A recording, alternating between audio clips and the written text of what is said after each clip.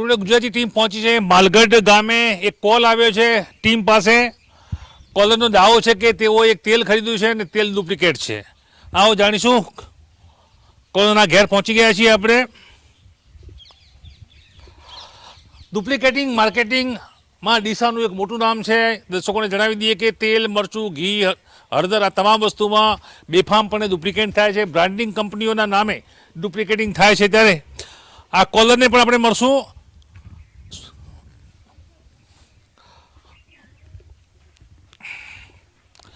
મારે સુખદેવભાઈનું કામ છે, જેમનો કોલ આવ્યો તો સુખદેવભાઈને બોલાવો ને. આ પોતે જ છો? ચલો દર્શક મિત્રો, સુખદેવભાઈ આપણે મળી ગયા છીએ.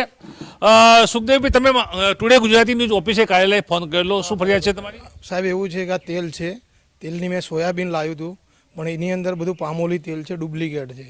હવે કહેવા જઈએ છીએ તો કોઈ પેલું એ નથી કે તમારાથી જે થાય કરી લો કે બરોબર. આજથી 1 મહિના પહેલાં તેલ લાવ્યું છે, 1650 રૂપિયા આપ્યા હતા રોકડા. હવે મેં દુકાનવાળાને કીધું અને ફેક્ટરીવાળાને વાત કરી, પણ કે તમારાથી જે થાય કરી લો, કે મેં કોઈથી ગભરાતા નથી કે મારા જોડે તેલનું સેમ્પલ પડ્યું છે, એ બી તમે જોઈ શકો છો. બરોબર, હું દુઃખી થઈને આ કહેવું પડે છે. આ દેખો, આ તેલ રહ્યું. સુખદેવભાઈ આપણે તેલ બતાવી રહ્યા છે. જામી ગયું છે, જો આ તેલ છે. સોયાબીન તેલ જામવું ના જોવે.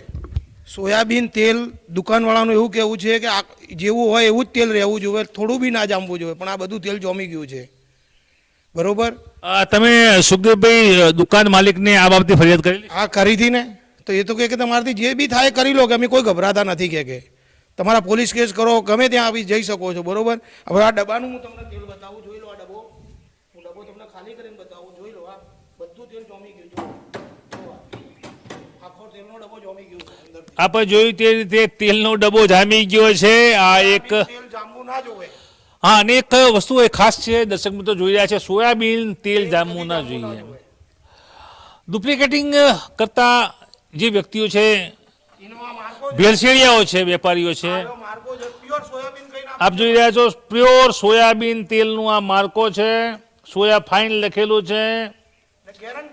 ગેરંટી વાળો દાવો કરાયો હતો અને આ તેલ જામ્યું છે.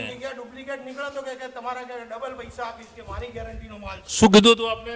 કે મારી ગેરંટીનો માલ છે, તમારે કોઈ બી તકલીફ પડે ને એકના હું 2 ડબ્બા આપીશ કે ને હવે વાત કરવા જઈએ છીએ તો નાગું બોલે છે માણસ.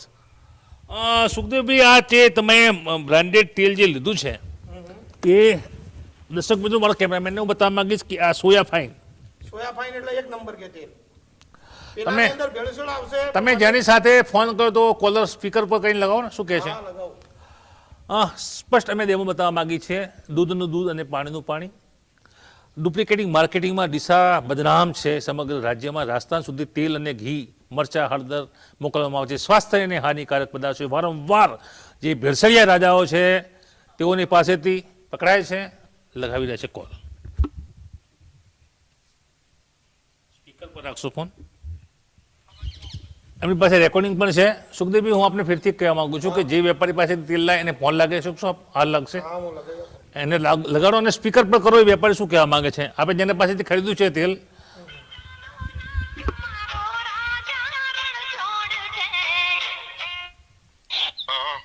સાહેબ, તમે આ જે મને તેલ આપ્યું છે તમે એ એટલે કહે છે કે ઓરિજિનલ કરીને આપ્યું ના સોયાબીન જામી કેમ ગયું, એનું શું કારણ? સોયાબીન તો જામે જ નહીં. પેલા વસ્તુ સમજો, જામે નહીં તો પણ આવું હવે દુકાન વાળો નથી જવાબ આપતો, નથી ફેક્ટરી વાળો જવાબ આપતો, તમે મારે કોના જોડે જવાનું, એનો શું નિર્ણય કરવાનો મારે? નારે દુકાન વાળા પાસે જાઓ કે ભાઈ આ માલ. દુકાન વાળો કોઈ માનતો જ નથી. દુકાન વાળા બિલ વાળા વાત તો કરો, શું કહે છે તો?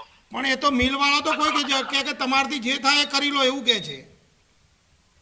એવું કહે છે એમ? હા. તમે એવી વાત છે ને તો શું નામ તમારું? મને વાત કરવા તો મને ખબર પડે. ના, તમારું શું નામ? મારું તો વિપુલ નામ. હું મળ્યો ને હા, વિપુલભાઈ ને મળ્યા. ને પેલા ભાઈનું જે દુકાન વાળાનું શું નામ છે? કનૈયા ટ્રેડિંગ. ને માલિકનું શું નામ છે જે વેપાર કરે એમનું? રાજુભાઈ નામ છે એમનું. રાજુભાઈ મોદી. હા, રાજુભાઈ મોદી. રાજુભાઈ મોદી છે. હા, કનૈયા ટ્રેડિંગ કંપની. હા, એ સારું. ચલો. તો આપણે જોયું તે રીતે આ ટુડે ગુજરાતી ન્યૂઝનું જનહિતનું સ્ટિંગ છે. મોબાઈલ તમારી સામે જ કરવામાં આવ્યો છે. વેપારી કબૂલે છે કે આ ડબ્બો, શું નામ આપનું? સુખદેવભાઈ માળી માલગઢવાળાએ અહીંયા લાવ્યો હતો. તેમની દુકાનથી લાવ્યો છે. હવે વેપારી કહી રહ્યો છે કે તમે જેને ફેક્ટરી ઉત્પાદિત વ્યક્તિ પાસે જાઓ. આપણે જોયું તે રીતે સીધે સીધું દૂધનું દૂધ અને પાણીનું પાણી છે. આ જે વ્યક્તિ છે ખરીદનાર ગ્રાહક સાચો છે. સવાલ એ ઉઠવા પામી રહ્યા છે કે આ પ્રકારનું ડુપ્લિકેટિંગ ક્યાં સુધી ચાલશે, ક્યાં સુધી નિર્દોષ લોકોના પેટમાં એવો ખાદ્ય પદાર્થ નાખવામાં આવશે કે લોકોને કેન્સર સહિત પેટજન્ય રોગો થશે. ડુપ્લિકેટિંગ તેલ, ડુપ્લિકેટિંગ ઘી અને મરચું, હળદર આ બધા જ ખાદ્ય પદાર્થોની વ્યાખ્યામાં આવતા છે. ફૂડ એન્ડ ઔષધ નિયમન તંત્ર એક જે આગવું તંત્ર છે, તેની સરકારે એક અલગ મોટો ખર્ચ કરે છે, કેમ કે ભેળસેળ અટકવું જોઈએ. ડીસામાં મોટા ભાગના ભેળસેળીઓ પકડાયા છે. ફૂડ એન્ડ ડ્રગ્સ વિભાગ કેસ કરે છે. સેમ્પલ FSLમાં પરીક્ષણથી મોકલવામાં આવે છે અને સેમ્પલ ફેલ થતાં સજા પડે છે. પણ કાયદામાં પરિભાષામાં કહીએ તો જૂજ લોકોને જ આ સજા પડે છે. એક બ્રાન્ડની વસ્તુ પકડાય છે, ફેલ થાય છે, સજા પડે છે, બ્રાન્ડ બદલાઈ જાય છે. જાત જાતની ભાતની અલગ અલગ બ્રાન્ડો સાથે ભેળસેળિયા તત્વો ખુલ્લેઆમ આ પ્રકારની ભેળસેળ કરે છે. સવાલ ઉઠવા પામી રહ્યો છે કે શું કહી રહી છે સરકાર, સવાલ ઉઠવા પામી રહ્યો છે કે શું કર્યું છે પ્રશાસન તંત્ર, સવાલ ઉઠવા પામી રહ્યો છે કે શું કર્યું છે ફૂડ એન્ડ ડ્રગ્સ વિભાગ. શા માટે નથી અટકતા આ ભેળસેળિયાઓ, શા માટે તેઓ ઉપર કાયદાની લગામ લાગતી નથી? આ તેલ એક વ્યક્તિ, એક નિર્દોષ વેપારી છે, એની પાસેથી ખરીદી છે. આ એક સજ્જન ગ્રાહક છે. આપણે જોયું તે રીતે તમામ વસ્તુઓ તેની પાસે છે, મથામણ કરે છે, પૈસા પૂરા આપે છે, છતાં એને ભેળસેળિયું ખાવું પડે છે. શા માટે? આ મામલાની તપાસ થવી જોઈએ અને તાત્કાલિક ડીસાના ભેળસેળના સામ્રાજ્યને અટકાવવા માટે રાજ્યના મુખ્યમંત્રી, રાજ્યના ફૂડ કમિશનર, રાજ્યનું વ્યવસ્થાપન તંત્ર તાત્કાલિક આ ભેળસેળીઓ પર લગામ લાવે. અન્યથા અનેક જાતના પેટજન્ય રોગો, કેન્સર સહિતની બીમારીથી મરતા જે લોકો છે તેની સંખ્યા દિન પ્રતિદિન વધી જશે. ડીસાનો આ ભેળસેળનો કિસ્સો લાલબત્તી સમાન છે તંત્ર માટે, લોકો માટે. જે લોકો તેલ ઘી અહીંથી ખરીદે એ લોકો માટે તમને પૈસા પૂરા લેવાશે, ડુપ્લિકેટ તેલ ઘી પધરાવવામાં આવશે. અટકવું જોઈએ.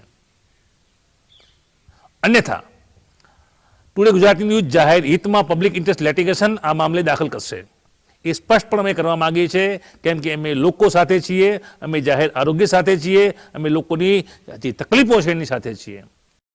દેવાભાઈ માળી બોલો, માલગઢથી.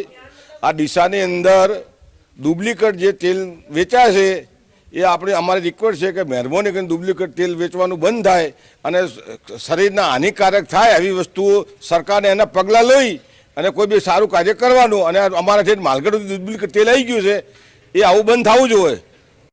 નમસ્કાર, મારું નામ કરશન એમ માલી, ગામ માલગઢ, મોટી રાણી, ડીસા, બનાસકાંઠા. અહીંયા જે પણ ખાદ્ય વિભાગ જે આવે છે બનાસકાંઠાની અંદરમાં, આ લોકો ડુપ્લિકેટ કરીને વેચાણ ગ્રાહકોને કરે છે. ત્યાંથી એક ડબ્બો અમારા ઘરે એક વપરાશમાં એક નાનો માણસ લાવ્યો છે ઘરે ને ડુપ્લિકેટ તેલ નીકળ્યું છે. અને એના માટે અમે સરકારને ને બનાસકાંઠાના તમામ ધારાસભ્ય અને બધાને કહીએ છીએ કે ફૂડ વિભાગની અંદરમાં બધું ચેકિંગ થાય ને નાના માણસોનું સ્વાસ્થ્ય માટેની જે પણ કંઈ કામગીરી છે એ પૂરતું ધ્યાન આપીને આગળની કાર્યવાહી કરે, જેનાથી બાળકોને મોટા તકલીફોને કોઈ પણ જાતનું કેન્સર જેવી બીમારીઓ થશે તો આગળ બધો જ આ ભારત સરકારને, બનાસકાંઠાને, ઇન્ડિયાને બધાને તકલીફ પડશે. એટલા માટે તમને બધાને નર્મ વિનંતી છે કે બધું પ્રોપરલી ચેક કરી ને ફૂડ વિભાગ આવે ને ચેક કરીને બધું વિતરણ થાય. નમસ્કાર. CCTV fingerprint FSL, DNA test, handwriting, mobile location, digital પુરાવા ક્રાઇમ બાદ બને છે ઇન્વેસ્ટિગેશનનો મહત્વનો આધાર. નિત્ય ક્રાઇમની ઘટનાઓના વિશેષ અહેવાલ માટે જોતા રહો ટુડે ન્યૂઝ.